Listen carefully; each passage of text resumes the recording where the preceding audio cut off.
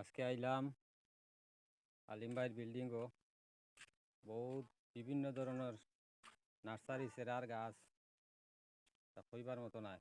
বহুত বালা বালা আর সব জিনিসও ফল ধরছে।